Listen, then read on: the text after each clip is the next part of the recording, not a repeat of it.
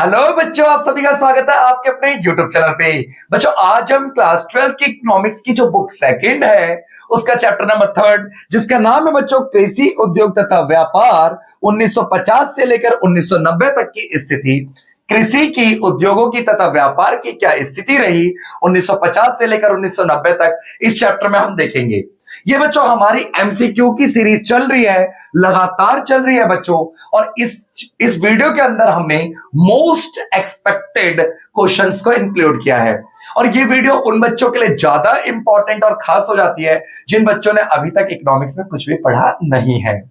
तो बच्चों, आपको इस चैप्टर के अंदर जो हमने इस वीडियो के अंदर 15 मोस्ट एक्सपेक्टेड क्वेश्चंस इंक्लूड किया है बच्चों, ये आपके लिए बहुत ज्यादा इंपॉर्टेंट क्यों है? क्योंकि हमने अपने इन क्वेश्चंस को इस तरह से डिजाइन किया है ताकि सारे के सारे चैप्टर का पूरा अच्छे तरीके से क्या हो जाए, रिवाइज भी हो जाए, आपका रिवीजन भी हो जाए। ठीक है बच्चों, तो चलिए वीडियो को शुरू करते हैं ज्यादा टाइम वेस्ट ना करते हुए।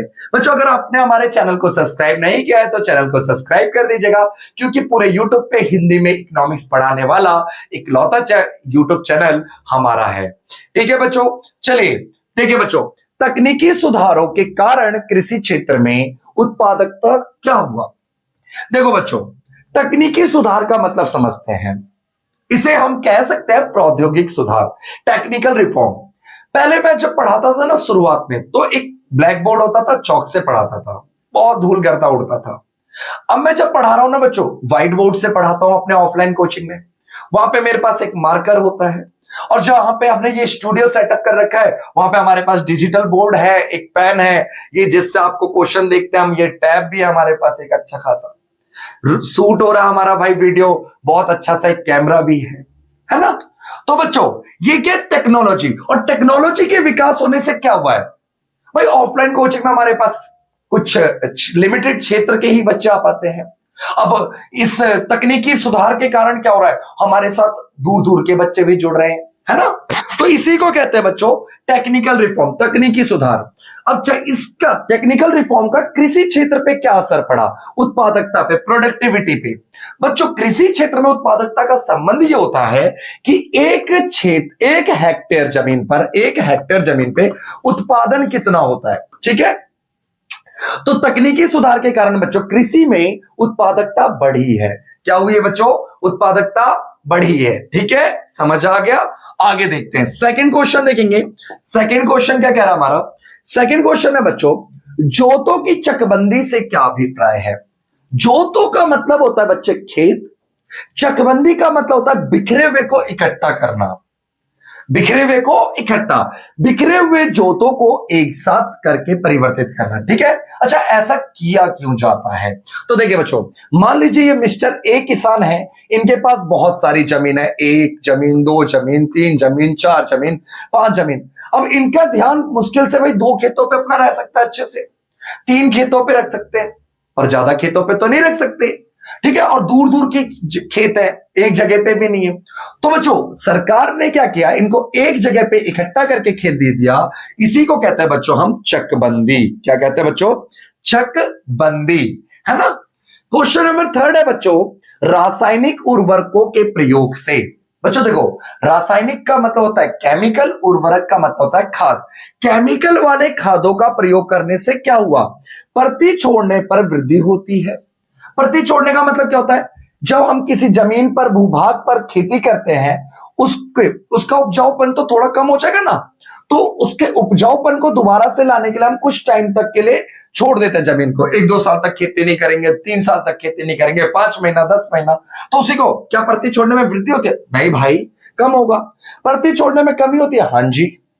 कृषि के अंतर्गत कुल क्षेत्रफल में वृद्धि होती। अच्छा, यहां पे क्षेत्रफल का मतलब है कम एरिया में हम ज्यादा प्रोडक्टिविटी कर सकते हैं, बिल्कुल सही बात है।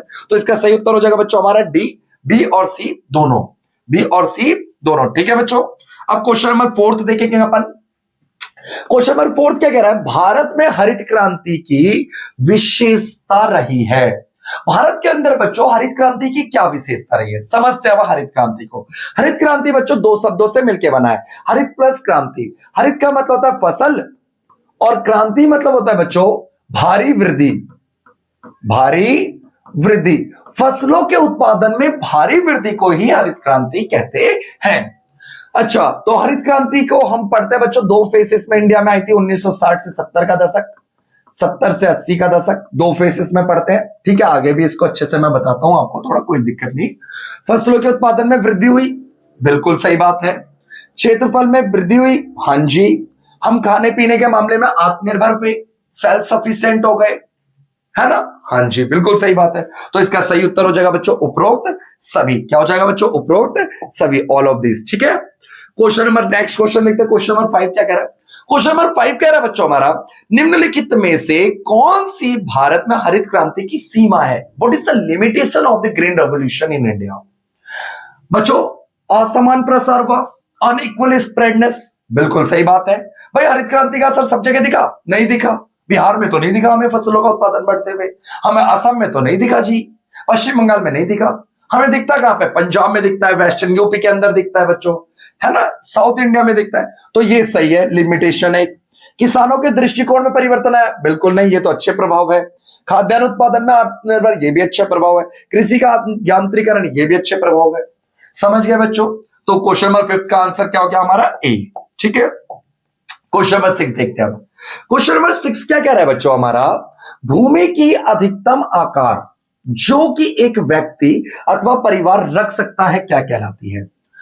एक परिवार के द्वारा अधिक से अधिक कितनी भूमि रखी जा सकती है, इसको हम क्या कहते हैं? इसको कहते हैं बच्चों भूमि की उच्चतम सीमा। क्या कहते हैं बच्चों? भूमि की उच्चतम सीमा। और भी पॉइंट देख लेते हैं। जोतों की चकबंदी नहीं होगा।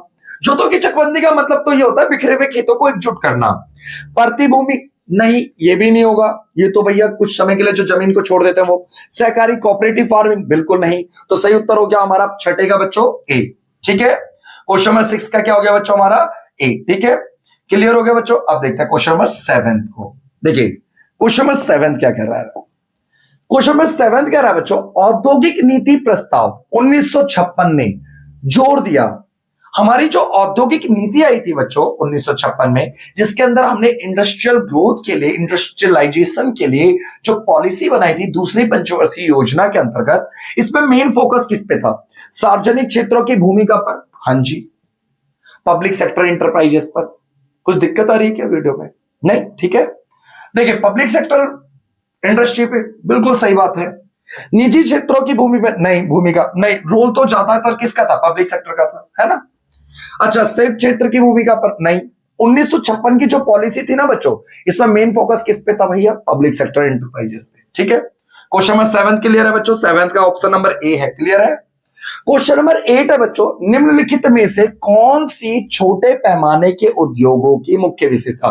बच्चों छोटे पैमाने के उद्योग ऐसे उद्योग जो बड़े आसानी से कहीं भी खोले जा सकते हैं, कम निवेश की आवश्यकता होती है, श्रम गहन होता है, लेबर लगती है। तो छोटे पैमाने, श्रम प्रधानता होती है, हां जी, लेबर से काम होता है। स्थानीय लोचशीलता पाई जाती है, बिल्कुल सही। स्थानीय लोचशीलता का मतलब हम आसानी से कहीं भी अपने भाई उद्योग को बदल सकते हैं, चेंज कर सकते हैं। स्थान में लोचशीलता। अगले बच्चों पूंजी प्रदान, बिल्कुल नो, गलत। पूंजी थोड़ी चाहिए ज्यादा, कम पूंजी में भैया छोटे पैमाने के उद्योग है। तो ए और बी सही है बच्चों। ऑप्शन नंबर हमारा डी हो गया बिल्कुल सही आंसर। क्वेश्चन नंबर 9 देखेंगे बच्चों। क्वेश्चन नंबर 9 क्या कह रहा है? 1951 से लेकर के 1990 तक की अवधि के दौरान समृद्धि की रणनीति केंद्रित थी। मतलब 1951 से लेकर के 1990 तक हमारी जो पॉलिसी थी डेवलपमेंट की, विकास की जो नीति थी, मेन फोकस हमारा किस चीज पे था? आयात प्रतिस्थापन पर, हां जी। अच्छा, आयात प्रतिस्थापन होता कैसा है? सर आयात प्रतिस्थापन जिन चीजों का हम आयात करते हैं विदेशों से, इंपोर्ट करते हैं बच्चों, उसको हम अपने देश में ही बनाएंगे और घरेलू उद्योगों को प्रोटेक्ट करेंगे, संरक्षण देंगे, उसी को कहता है आयात प्रतिस्थापन। ये अपनाई थी हमने, हां जी अपनाई थी। निर्यात प्रोत्साहन पर, हां जी। निर्यात प्रोत्साहन तो हमारा फोकस नहीं था, नहीं सॉरी। निर्यात प्रोत्साहन चाइना ने पॉलिसी अपनाई थी। जिन चीजों की विदेशों में डिमांड है उसको प्रोडक्ट प्रोड्यूस करेंगे हम। और हमने क्या अपनाई? जिन चीजों को हम विदेशों से आयात करते हैं उनको हम नहीं प्रोड्यूस करेंगे, अपने देश में बनाएंगे। एंड सी क्या करें? सार्वजनिक क्षेत्रों के उद्यमों की मुख्य भूमिका, हाँ पब्लिक सेक्टर जो सरकारी क्षेत्र है उनका मेन रोल रहेगा। तो इसका आंसर हो जाएगा बच्चों डी, ए और सी दोनों। ए और सी दोनों। ठीक है बच्चों, क्वेश्चन नंबर 9 हो गया। क्वेश्चन नंबर 10 देखिए अब। क्वेश्चन नंबर 10 देखते हैं बच्चों। क्वेश्चन नंबर 10 क्या कह रहा है, छोटे पैमाने के उद्योगों के लिए निवेश की सीमा कितनी होती है। तो जो छोटे पैमाने के जो उद्योग होते हैं बच्चों, उसमें हम कितना इन्वेस्टमेंट कर सकते हैं। तो इसके इन्वेस्टमेंट की सीमा है बच्चों 10 करोड़ से कम।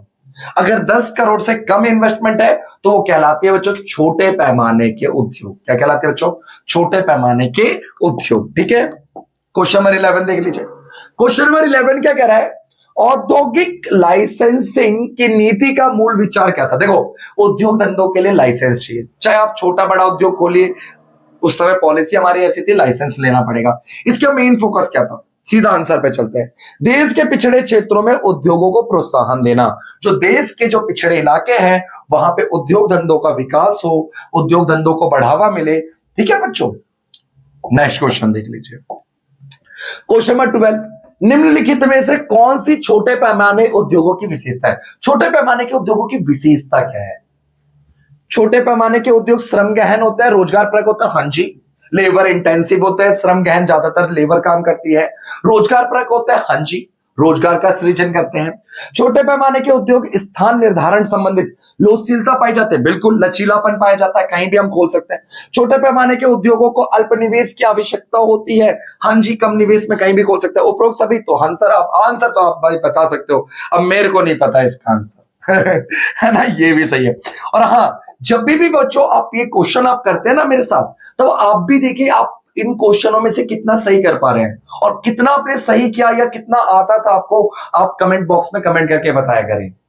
इससे क्या होता है ना, आपको भी अपना पता चलता रहेगा कि हम कितना भाई सही कर रहे हैं, कितना गलत कर रहे हैं, हम सही कर भी पा रहे हैं कि नहीं कर पा रहे हैं। ठीक है बच्चों, ठीक है। और हाँ, कमेंट बॉक्स में एक चीज, हाँ, अपना नाम जरूर कमेंट करके बताइए बच्चों, और कहां से आप देख रहे हैं वीडियो, किस राज्य से देख रहे हैं।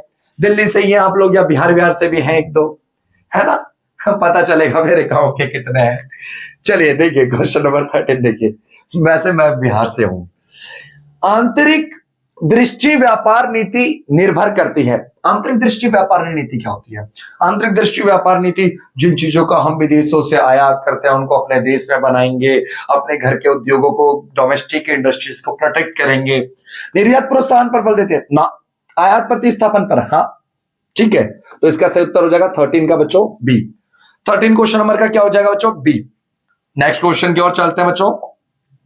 क्वेश्चन नंबर 14 क्या कह रहा है, निम्नलिखित में से कौन सा व्यापार संरक्षण का उपकरण घरेलू अर्थव्यवस्था में आयातित वस्तुओं की कीमतों पर प्रत्यक्ष रूप से बढ़ाती है। कह रहा है अगर आप कुछ चीज विदेशों से मंगा रहे हैं और उसको लाने से आपको रोकती है और घरेलू उद्योगों को प्रोटेक्ट करती है। आयात टैरिफ, हां जी। निर्यात अनुदान, नो। आयात प्रतिस्थापन, हां जी। आयात उदारीकरण, अब इसका आंसर क्या, अरे यार ये बगल वाले घर में ना बच्चों ड्रिल चल रहा है जिससे ना थोड़ा हो रहा दिक्कत आ रही है, ठीक है, सॉरी उसके लिए। आयात टैरिफ इसका उत्तर हो जाएगा। देखिए विदेशों से आप कुछ चीज लेकर के आ रहे हैं, सरकार चाहती है आप ना लेकर आए, सरकार क्या करेगी, इंपोर्ट टैक्स बढ़ा देगी। बस कोई चीज है, नॉर्मल सी बात है भाई, टेस्ला कंपनी आना चाहती है भारत, सरकार ने कहा कि हमारे देश में बनाओ। टेस्ला का मालिक कह रहा नहीं भैया हम नहीं बनाओ भारत में, चाइना में बनाएंगे। तो भारत सरकार ने कहा ठीक है भैया तुम दे दो भैया, तुम्हारी गाड़ी कितने की, 30 करोड़ की, भारत में टैक्स दो 30 करोड़ और लेकर क्या हो 60 करोड़ का बेचो।